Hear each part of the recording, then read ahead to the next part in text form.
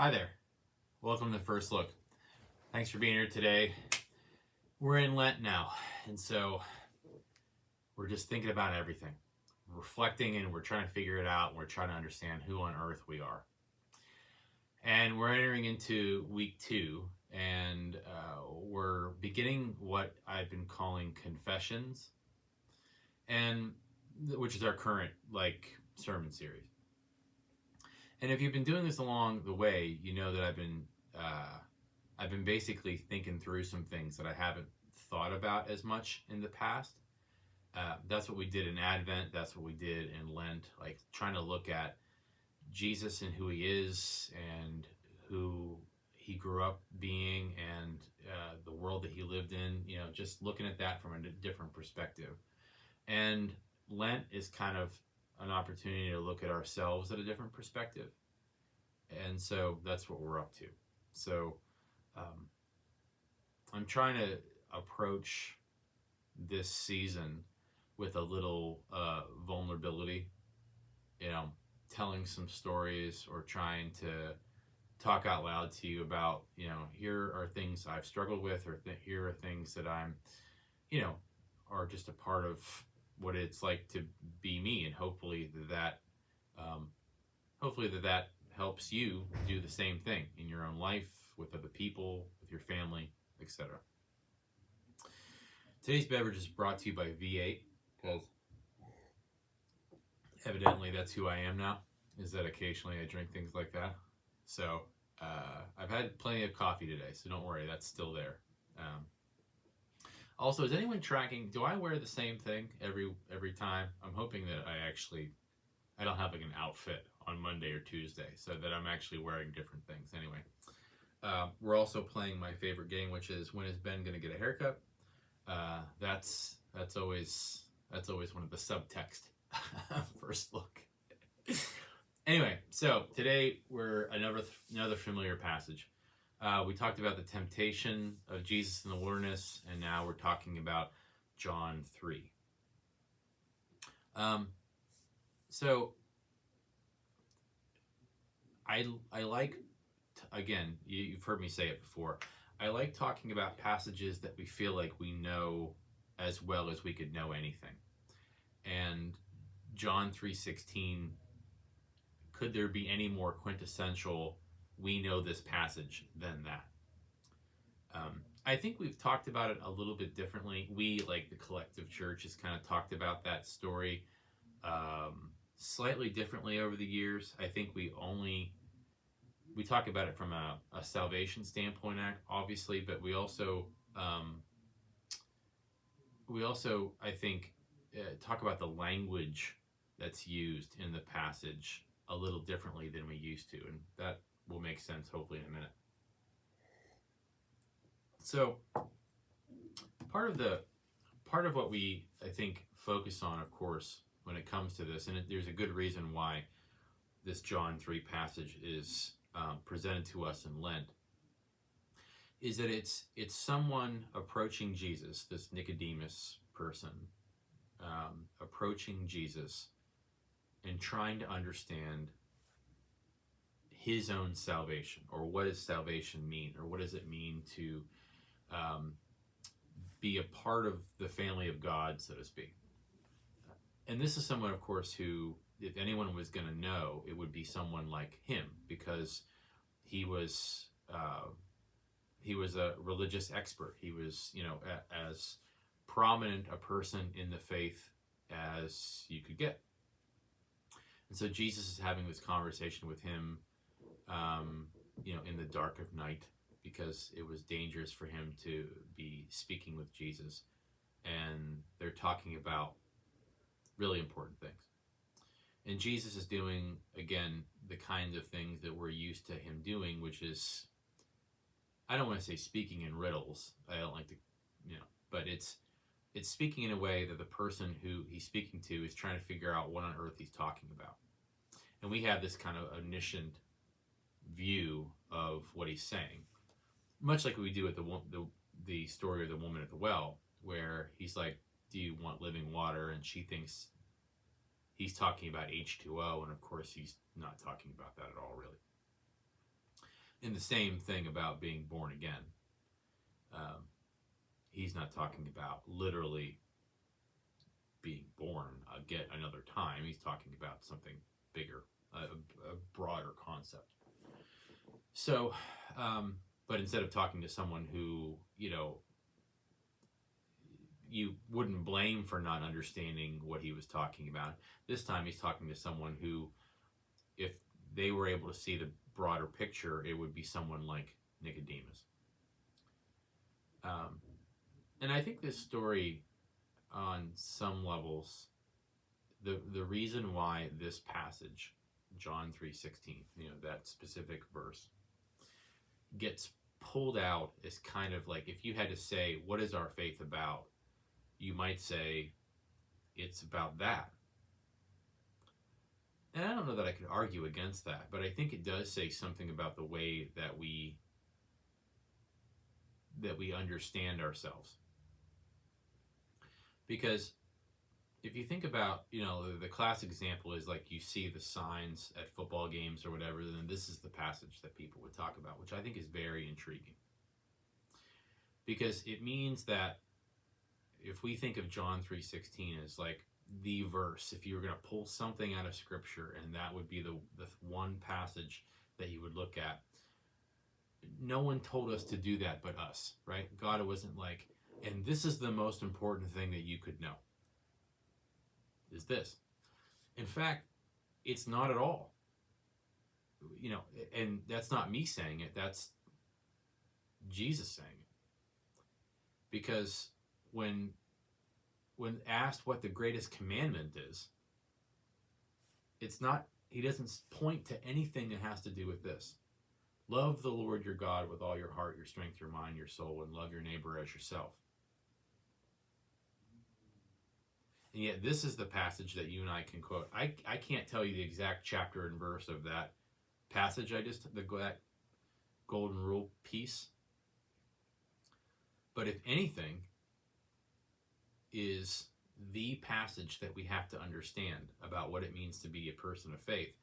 The closest one is what Jesus actually says is the greatest commandment. It never says to Nicodemus, or the author of John never says to us, and this is the passage to end all passages. You and I did that.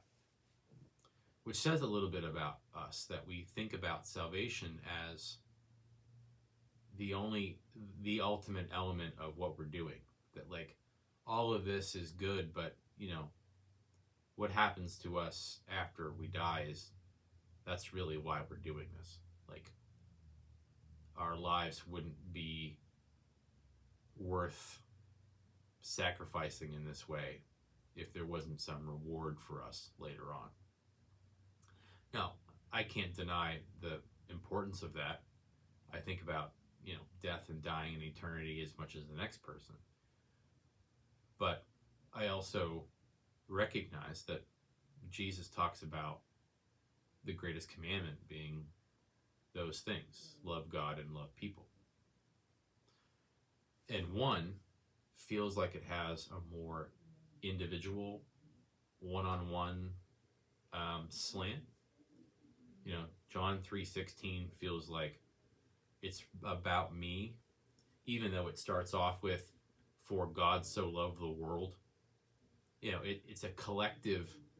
The passage talks about this collective societal reconciliation, and yet you and I apply it just to me, just to you. And that's interesting if you think about how we understand ourselves, or how people like me have told you how to think about it. You might say, well, I think about that because I was always taught that. Well, people like me are the ones who taught you that. So that's an interesting element to it, even though it starts off with, for God so loved the world. So that's one piece of it that I thought was interesting. And we're going to look at the passage here in a second, but I just wanted to start off by thinking about, what is the purpose of the passage? What does it do for us? And what are the ways that we can start to think about it differently? So Um, John 3. If you remember, too, John is a unique book.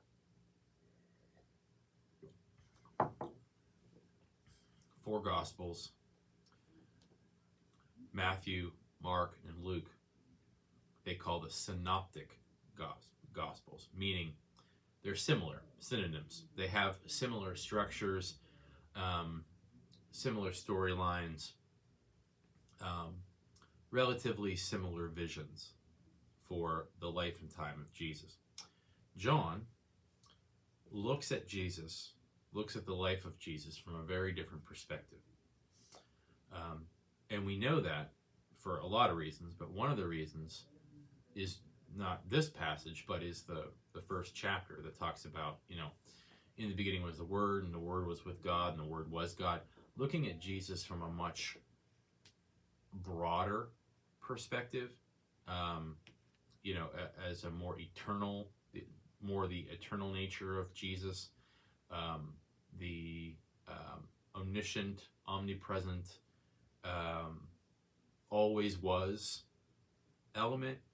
In the synoptic gospels, Jesus is much more like on the ground, but here we get to look at Jesus more from a bigger picture kind of aspect, and passages like this one in John 3, but especially in John 1 really speak to that.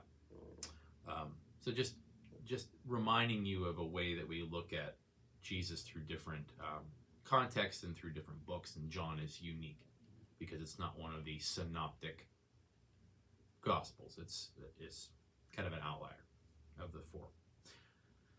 All right, so as I was saying, John chapter 4, or chapter 4, chapter 3. Give me 1 second, we'll get there. You'd think a pastor would know exactly how to get to John 3, or maybe would even have it pulled up, but I did not. So here we go. Now there was a Pharisee named Nicodemus, a leader of the Jews. He came to Jesus by night and said to him, "Rabbi, we know that you are a teacher who has come from God, for no one can do the signs that you do apart from the presence of God." And Jesus answered him, "Very truly I tell you, no one can see the kingdom of God without being born from above."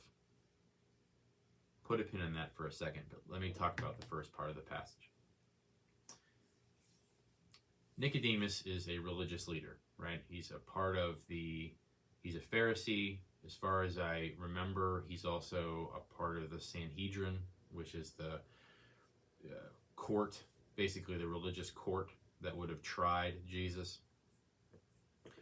And so it's under other circumstances, Jesus may have thought that Nicodemus was trying to trap him. Now, Jesus is God, so Jesus would have known better. So takes the meeting, right? He's not going into this blind.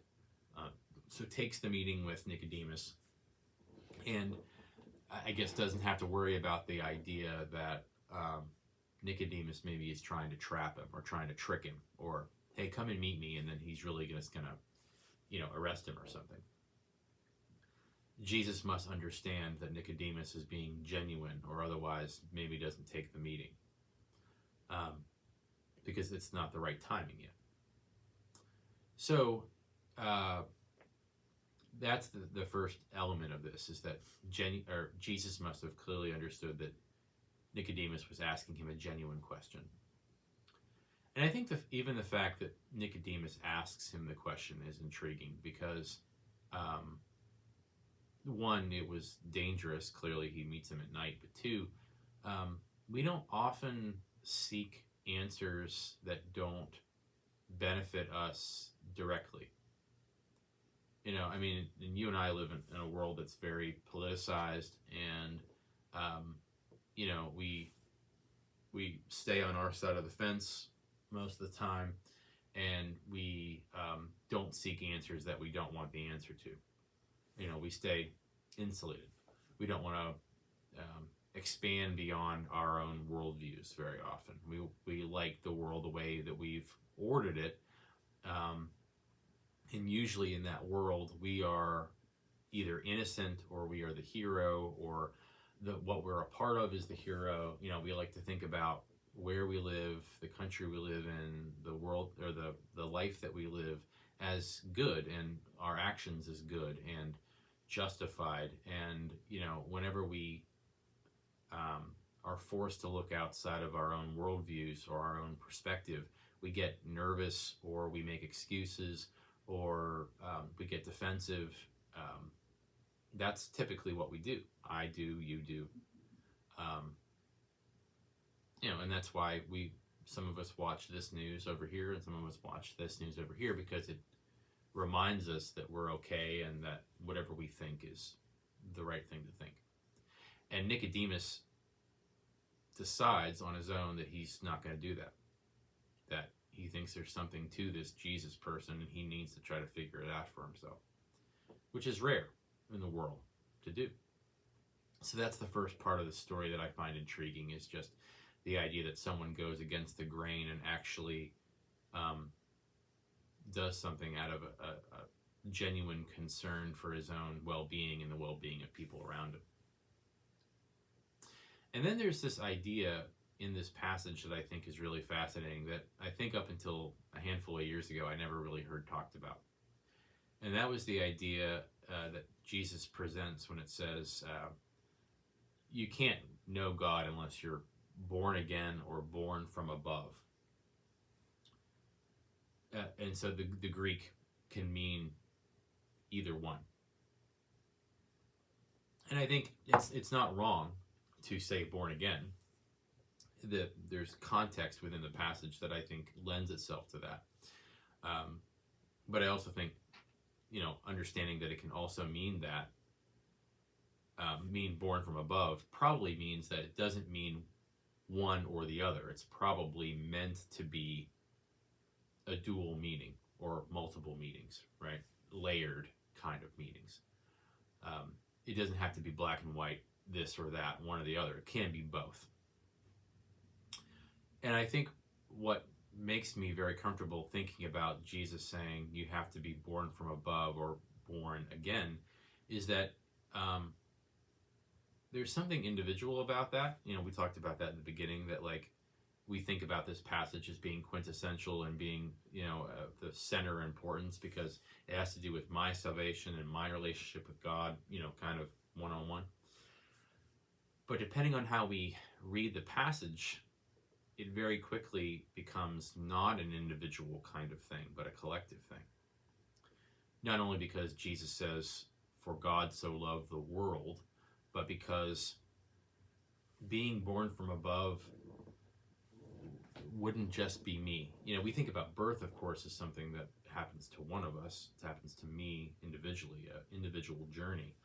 But of course, it takes, we have to be born from something, from someone, right? So birth, by its very nature, is relational, right? My creator, my mother, that's there's a relational aspect to that. I didn't do it on my own. I wasn't born on my own, right? It takes a creator to make that happen. So just being born again is not a decision I necessarily make. You didn't decide to be born, right? You were born. So it also reminds us, even the language of being born again reminds us that it's not something that it's not an action unto ourselves, but is reflective of God's presence and authorship in our lives.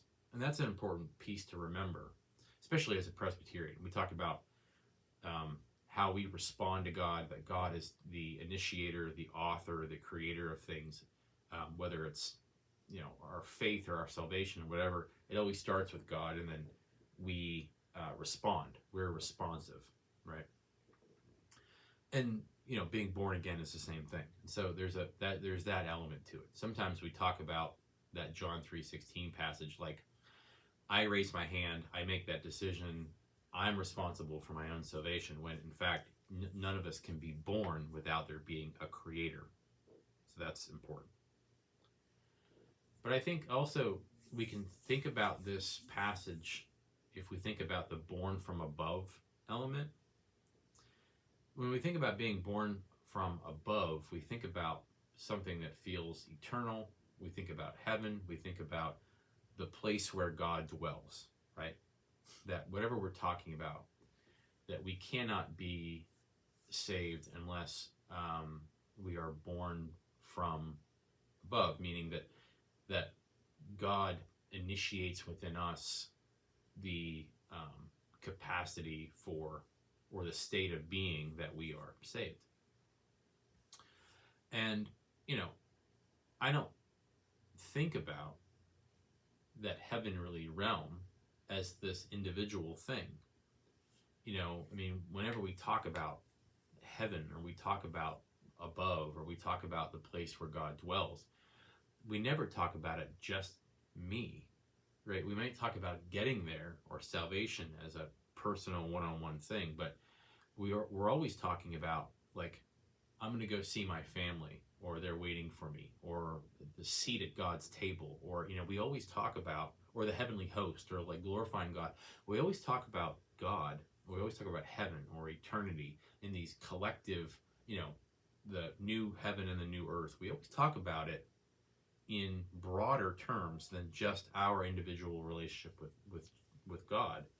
And so being born from above has a naturally collective element to it that far too often I think we ignore. And so if there's any kind of confession that, again, this is just my first take, I don't know where exactly I'm going to go for Sunday, but my first kind of confession is that I think far too often about just myself when it comes to being in right relationship with God. I don't care enough for the collective, or the tribe, the greater idea of salvation. It's very individualistic, and on some level, it's like, we think about how we care for the self, and we need to, have that kind of holistic way of understanding ourselves, that I care for you as much as I care for myself. But that salvation also isn't something I'm only thinking about me. I'm thinking about how are we redeemed, that covenant language, remember, that we've talked about in the past. Because if I look at salvation, or I look at God, or I look at my faith from a collective standpoint, that's a very different way of understanding all of it. If I'm looking at, my salvation is connected to yours, it's not separate, that we're in this together, that's a very different way of understanding who God is and who we are, what my goals are, or what I'm here for. It's a very different way of understanding things politically, economically, socially, from an ecclesial standpoint, from a church standpoint, how I understand what it means to be a neighbor, to be in a family. It changes all of those things. The individual idea versus the collective idea is something that I think we wrestle with all the time. And I think even here, if we're thinking about being born from above, born from this sort of collective eternal concept, that's a much different way of thinking than I am saved. I need to, starting with that language. So this passage, I think, the more we dive into it a little bit, the more we can start to think about all parts of our faith a little bit differently. And I think we should take some time to try to sit with, why do we think about this passage as so quintessentially core? when it comes to who we are, especially when we know that Jesus has told us what the greatest commandments are. And this wasn't it, right?